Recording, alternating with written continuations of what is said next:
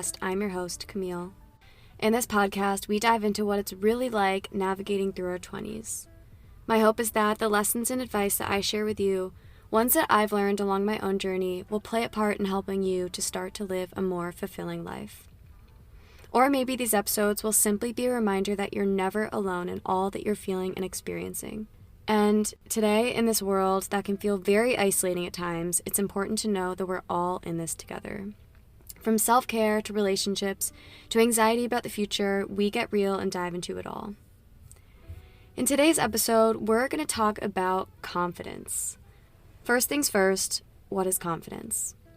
Confidence is a belief that a person has in themselves and their abilities and ideas. If a person has confidence, they generally understand and accept themselves as they are. Confidence is something every single person struggles with and impacts every single one of our relationships.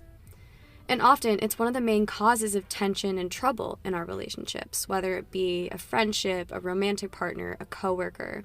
Confidence issues can really have an impact. So when we think of someone who lacks confidence, most of us might bring to mind someone who's shy, maybe doesn't speak up in a group setting, or maybe refrains from taking risks. They like to stay in their little comfort zone, in their bubble. But a lack of confidence can be projected in so many different ways, depending on the person. It often looks different than this. So it may be disguised as one thing, and we may not even realize that how it's being projected is due to a lack of confidence. This could look like people-pleasing, lack of self-esteem, comparison to others, feeling a lack of control, unable to make decisions, lacking boundaries, overachiever or underachiever mentalities, avoids uncertainty and unfamiliarity, seeks external validation, and is oversensitive to criticism. So, if you've ever experienced any one of these, then you've struggled with confidence at some point in your life. Congratulations, you are a human being. Today, I'm going to share ways and strategies we can work to build our confidence. And no, this does not just mean looking at yourself in the mirror and repeating positive affirmations. It takes a lot more than that, at least to build a genuine sense of confidence, and to actually believe it. It also can't be hacked by just fishing for compliments and external validation. It has to be done with internal work that we do on ourselves and changes that we intentionally make in our everyday lives. Confidence is something that has always been a personal struggle of mine, and in battling my own times of self-doubt, I've learned tools that actually boost my self-esteem in the long run, not just temporary and short-term confidence boosts that make us feel good briefly, but then dissolve shortly after. Building confidence is a constant daily practice. It's not something you achieve one day or a badge that you get to wear once you've earned it. You have to do the work every day, and you have to consciously be aware of growing and building your confidence. And confidence is a spectrum too. So just because you find yourself on the far right end at one moment doesn't mean you're always going to be there. We can constantly waver and find ourselves on one end and the other at a moment's notice. So maybe 1 minute you're feeling like you love life, you feel great about yourself, so you're on the far right end. But then the next minute, maybe a coworker makes a rude comment that triggers you, and it sends you right back down to the bottom, and you suddenly again are feeling insecure and low and down.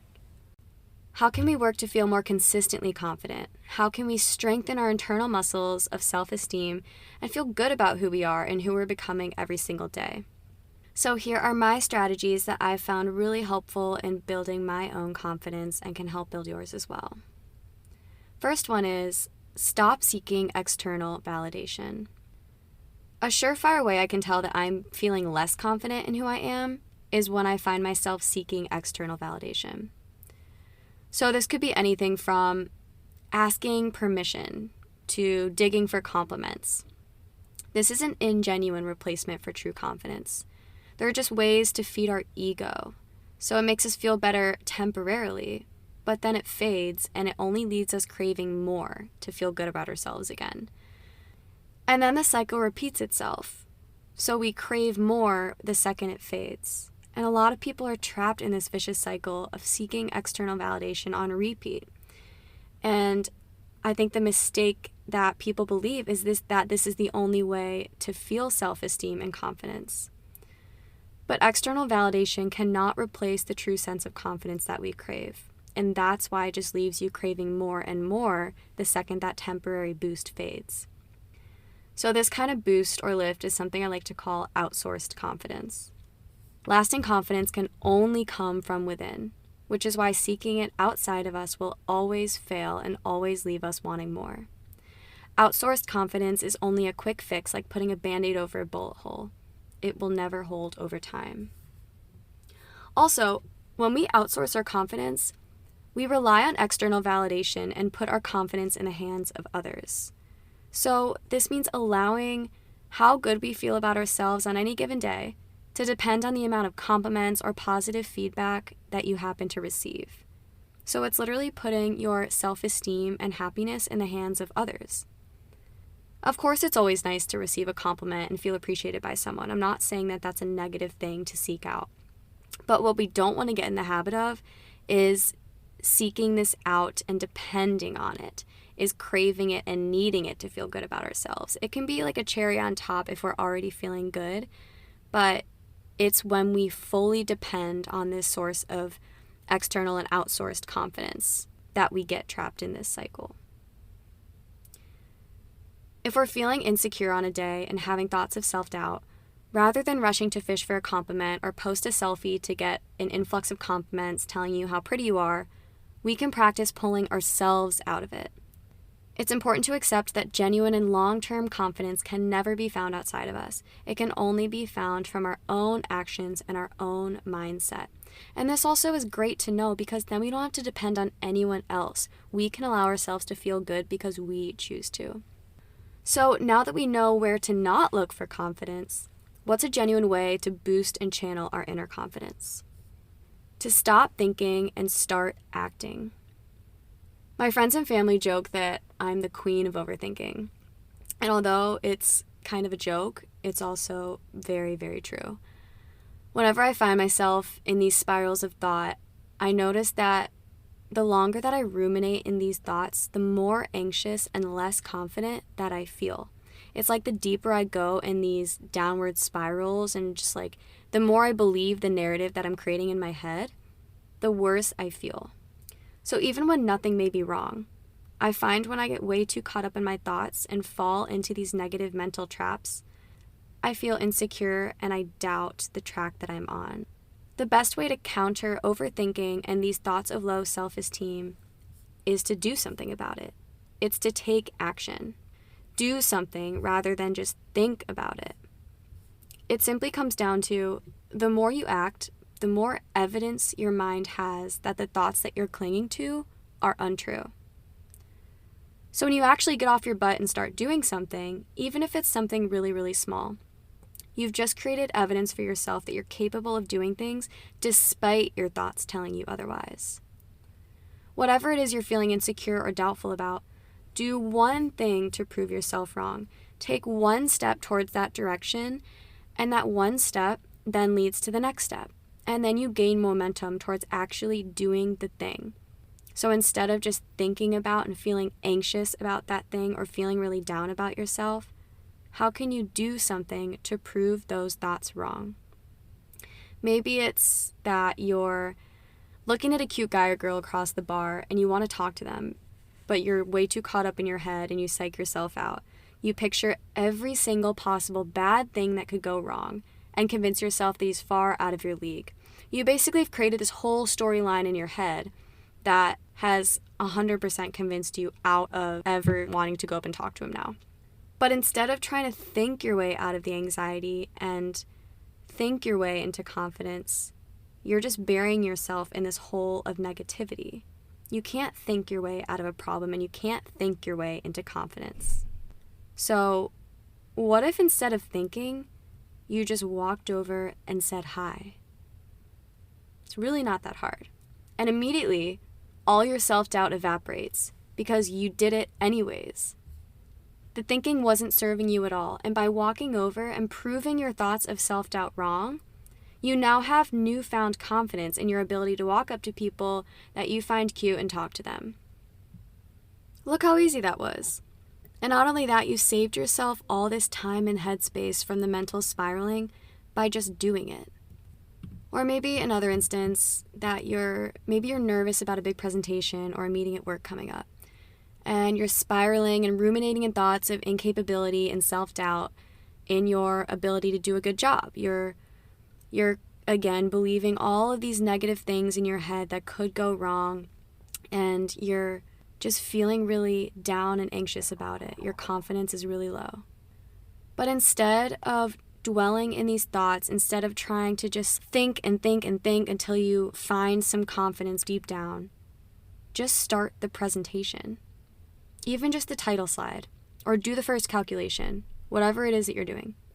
Take that first step towards doing the thing. And suddenly, your thoughts, that narrative in your head, holds so much less weight and seems so much less scary, because you're proving to yourself that you can do it regardless of thoughts of doubt that you have. Because these doubts of insecurity and self-doubt will always be there deep down. No matter how much you work to make them go away, they'll always be there. But what taking action does, even when these thoughts are there, is we prove to ourselves that we can accomplish things even when the thoughts are there. We don't have to allow these thoughts to control us or dictate what we do and what we don't do. Our thoughts make things seem so much more scary and difficult than they actually are. So if we pause our overthinking and just take that first step forward instead, we gain momentum and we start to prove to ourselves that we can. We can't think our way to be confident. We can tell ourselves all the positive affirmations we want, but the only sure and genuine way to feel true confidence in who we are and what we're capable of is to act, to do, to start, to move. It's the only way to make positive changes in your life, and ultimately that's what breeds true confidence. The more you act, the more capable you realize you are to do whatever it is you set your mind to. And you start to show yourself that your thoughts are just thoughts. They don't have to prevent you from achieving or being your best self. Not to mention, the more you actually act, the less free time you have to mentally spiral and fall down these mental traps that we so often do. So whenever you find yourself overthinking, try taking action instead. Just take that one step closer towards the thing that you're feeling insecure about or that you're lacking confidence in. And then that step will lead to another step, and then another. And then before you know it, you may be surprised what you're able to achieve despite your insecure thoughts. Beyond taking action, a natural way to boost your confidence is to try new things. So this one may not seem like an obvious or intuitive answer for a confidence builder, but hear me out. One of the reasons that we get caught up in this cyclical thought pattern of self-doubt and low self-esteem is because we're doing the same thing day in and day out. We have the same route to work that we take, we eat the same meals, we hang out with the same people. We really don't incorporate a lot of new things into our lives. So of course, we're going to have the same ways of thinking too, because if we keep our routines the same, we're going to have those same routine thought patterns. So if we routinely have thoughts of insecurity and if we routinely feel low confidence in ourselves, that's not going to change if we don't change up our life. To change the habitual thought patterns of our brain, it requires altering our neuroplasticity. So this sounds complicated and intimidating, but all it really means is trying new things. According to research by Verywell Mind, the brain continues to create new neural pathways and alter existing ones in order to adapt to new experiences, learn new information, and create new memories. In other words, new experiences create new thought patterns. So the reason we're stuck in the same insecure ways of thinking is because we aren't incorporating new experiences to form new ways of thinking. If we want to improve our thoughts and beliefs, we have to change up our routine, add color to our lives. As much as we love staying in our comfort zone for the safety and familiarity that it provides, we have to venture outside of it. It can be something super small and simple, like literally just taking a new route to work, maybe cooking something different for dinner once a week, or switching up the coffee shop you go to here and there. Maybe you try working out in the morning instead of in the evening, or try reading a book in a genre that you've never explored before. Something I've done in my evening journaling is I've added in a new things category that I did that day, or that week, whatever it is. So some days it might be something super small, like I listened to a new playlist, or I tried out a new podcast. But what it's done is it's encouraged me to seek out opportunities every day for new experiences.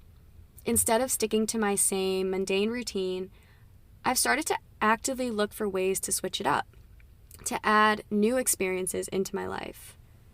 And incorporating this novelty into life promotes confidence because what previously seemed unfamiliar and uncertain and maybe even scary, we've now done it. We've checked it off the list and we've learned from it. And it's incorporated new neural pathways in our mind to tell us that we can do these things. These new neural pathways are providing thoughts of confidence and high self-esteem because it's telling us that we're capable of incorporating new things in our lives and overcoming challenges that we previously thought were so scary, that we previously thought were unfamiliar. It uncovers new capabilities and maybe even newfound interests that you've never known about yourself before. So, the more nuances you incorporate into your life, the more confident you'll grow to feel. And on top of that, the more exciting life will be. Stepping out of the mundane and switching up your routine, it adds color to life. It makes it more exciting. So it's honestly just killing two birds with one stone. So I encourage you all to take your confidence into your own hands. Stop seeking external validation to boost your self-esteem. Instead, take action. Whatever it is you're feeling insecure about, face it head on. Take that first step today towards that direction, and then take another step. And naturally, the more you do, your self-esteem and confidence in yourself will grow. And as a result, you'll realize that you no longer need to seek out that external validation because you've learned how to generate it within. Thank you all so much for tuning in again to this episode of the Unfulfilled Podcast. If you enjoyed it, be sure to follow the show as well as rate and review. For more content, follow me on Instagram. All my links are in the bio.